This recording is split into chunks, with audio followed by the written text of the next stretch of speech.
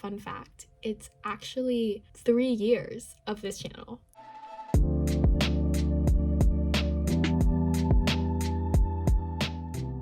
Hey y'all, what's up? I'm Sabrina and welcome back to my book nook. So I am back after an accidental little 2-month hiatus, which I will get into and explain later, but for today's video, I am planning on going book shopping, and I decided to make a vlog of it and take y'all with me.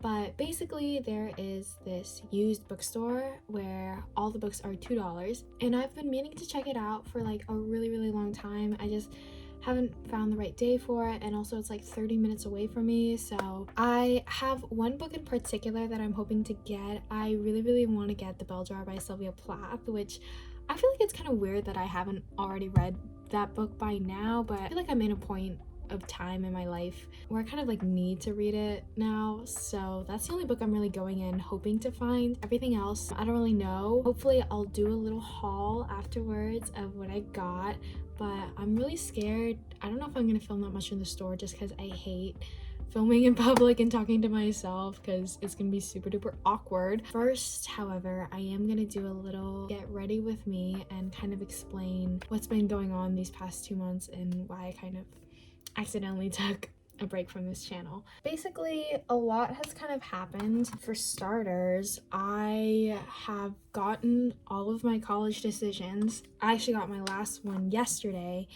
and I am ready to commit to college now, which is so incredibly scary to think about. And then the other really big thing, the major reason I took a break from this channel was because about a month ago I got dumped.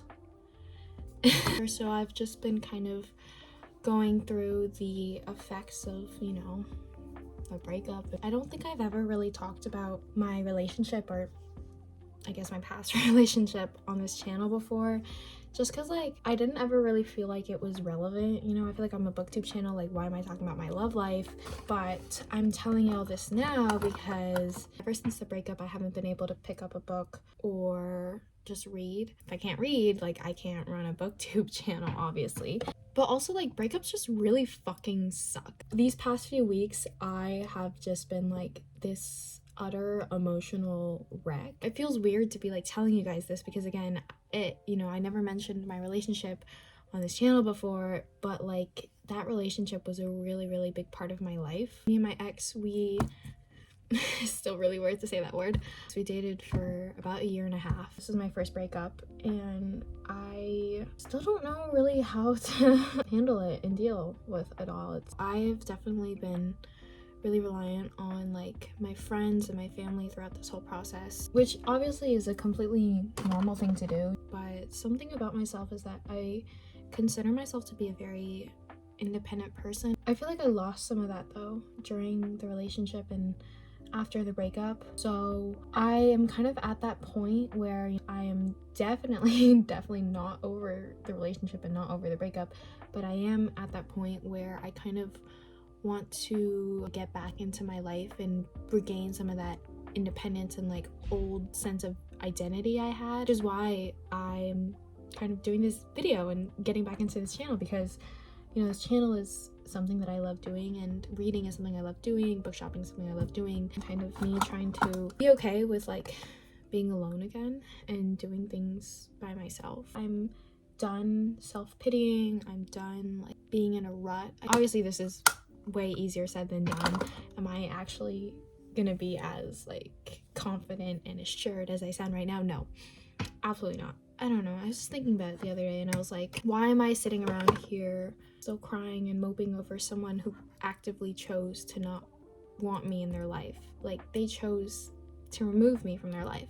And I'm not even saying this as like a diss on my ex or anything. I think not wanting people in your life anymore is a completely valid and reasonable thing to want. You know, people change and things change, and you can't really control the way other people feel, or you can't control the things that happen in your life. The only thing that you can really control is yourself and your response to it. So like I don't think me and my ex ended on particularly bad terms, or even bad terms at all, but that's just how I feel. I think I'm always gonna have some love for him just because, you know, we were each other's first relationships and like first loves and all that. But also, you know, maybe one day I'll wake up and completely forget that he even existed. Either outcome, I think the most important thing is that I am okay being by myself. And yeah, that is the end of my spiel.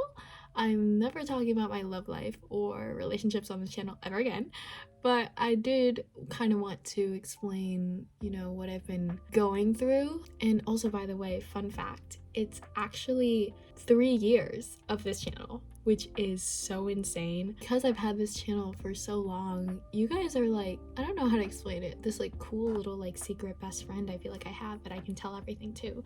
But yeah, thanks to everybody who has ever watched or liked or commented or subscribed to this channel throughout these past 3 years, and shout out to the people who've been there since the very first video. Also, if you haven't noticed, I fucked up my bangs. I also re-dyed my roots, but I also fucked those up, so that's why the top of my head is ginger and the rest of my hair is not.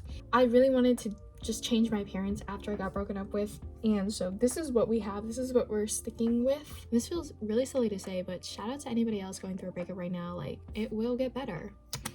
Maybe. Probably. I don't know. Okay, so this is like the final look. I'm wearing jeans and I got my tote bag on. Fun fact, I actually made this and it says the Great Bitch Bake Off. Yeah, I'm just gonna do a quick little spritz and then we're ready to go. Then, yeah.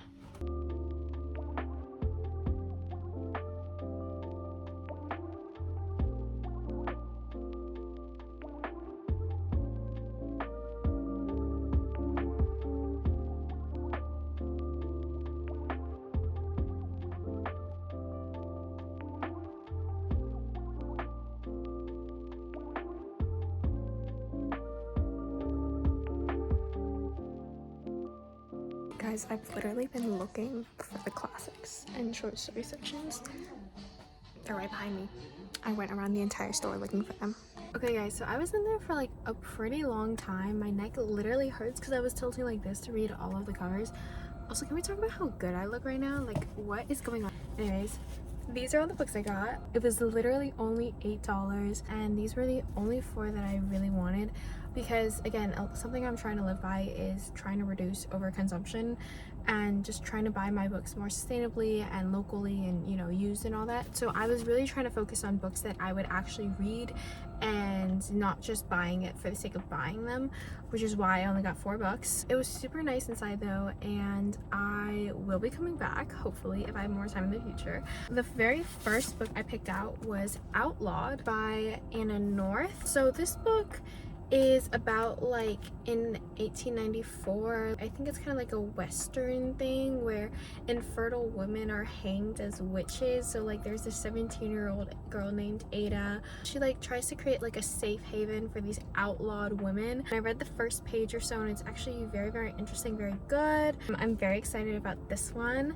And next book I picked out was Sula by Toni Morrison, because I love Toni Morrison so much, and I was literally looking for her, and then the bookstore had a section dedicated to BIPOC authors and like writers, so I found her there. And they also had Song of Solomon and one other book, I don't remember which one, but Sula was the one I wanted to read the most out of their entire selection, and I'm really happy I got it. I don't know why, but like recently I've been really getting into Toni Morrison, and Sula is about like 2 best friends who then become like enemies. I think it's over like an affair or something, I'm not sure. We watched a Toni Morrison documentary in Lit, which is why I like know about this book, but I'm really excited to read it. And also all the books in there were in like pretty good condition. Next book I got was The Glass Menagerie by Tennessee Williams. This is a play,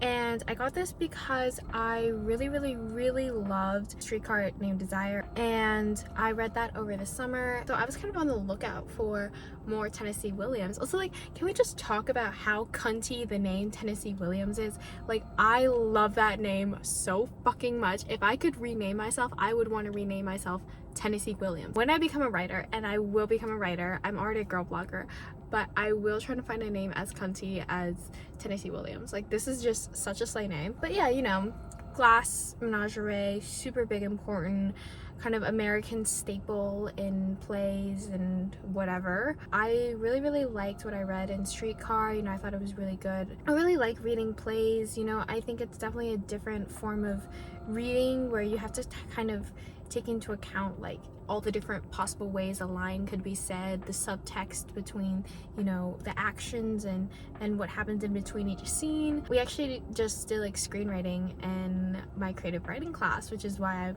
you know, kind of plays and playwriting is on my mind a little bit. Super duper excited to read this one. I also get through plays really quickly. Another thing that I kept in mind like throughout all the books I was picking was the length of each book, because again, I'm still kind of getting back into reading, so like I wanted books that kind of had a shorter length. Alright, and then final book I got was Woman and Ghost by Alison Lurie. I found this in the short story collection. Y'all know me, I literally love short story collections. It's because I have a short attention span, and also I just like reading them for like inspo, especially when I'm writing short stories myself. I find them really fun to kind of browse through and like read. I read the back, and a lot of the kind of synopsises for the individual little short stories looked really good. One is about like a diplomat who sees her dead fiance every time she has an intimate moment with another man. Another one is about a self-conscious poet who is shadowed by her intrusive doppelganger. I think has kind of like a supernatural, spooky overtone theme running throughout all the stories. Just like the way that they were described was very interesting to me, and I definitely wanted to check that out. And also it says here that she's a Pulitzer Prize winner. Like, I can't go wrong with that. Those were the only books I got. Like I said, because it was a used bookstore, there weren't that many like options of popular contemporary books or just kind of popular books in general, which is generally what I lean towards, because I like reading, you know, popular books because it means I can trust them. And y'all know me, I hate reading the plot summaries on the backs of book because I feel like it spoils the book for me. But with used books, you kind of, and not so popular books, you kind of have to take that chance, which is so stupid to say. It's like not taking a chance, it's literally just reading the plot summary. That's what they're there for. Right now I'm debating whether or not I should go to Barnes & Noble and get Belljar and Everything I Know About Love by Dolly Alderton, because I have really been wanting to read those two books, and I feel like now is the perfect time to read them. But also, like, again, kind of filtering with like overconsumption and like like I could probably get these books off thrift books for way cheaper, but then I have to wait for them. But one of the workers there said that they have a sister store nearby as well, so maybe one day I'll go check that out. But for now, I would say I think this is gonna be it, and this is gonna be the video. Should I go to Barnes & Noble? I don't know. What do you guys think? What do you guys think? I don't know what to do. Oh, fun fact, guys, I also got a new job, so I do have money to spend, and you know what? No better time than now to go and spend it. I look hot, I look cute, I want to buy books. Like, let's go to Barnes & Noble. Let's go! Okay, guys, I lied. I did not go to Barnes & Noble. I changed my mind literally while I was driving there. Instead, I went and I got myself a little Thai tea. But yeah, that's it. That is the video. If you watched this entire thing, thank you so much for watching. You know, if you want to see more book shopping vlogs in the future, let me know. Subscribe, only if you want to though. Thanks again for 3 years of this channel, and I will see you next time. Bye.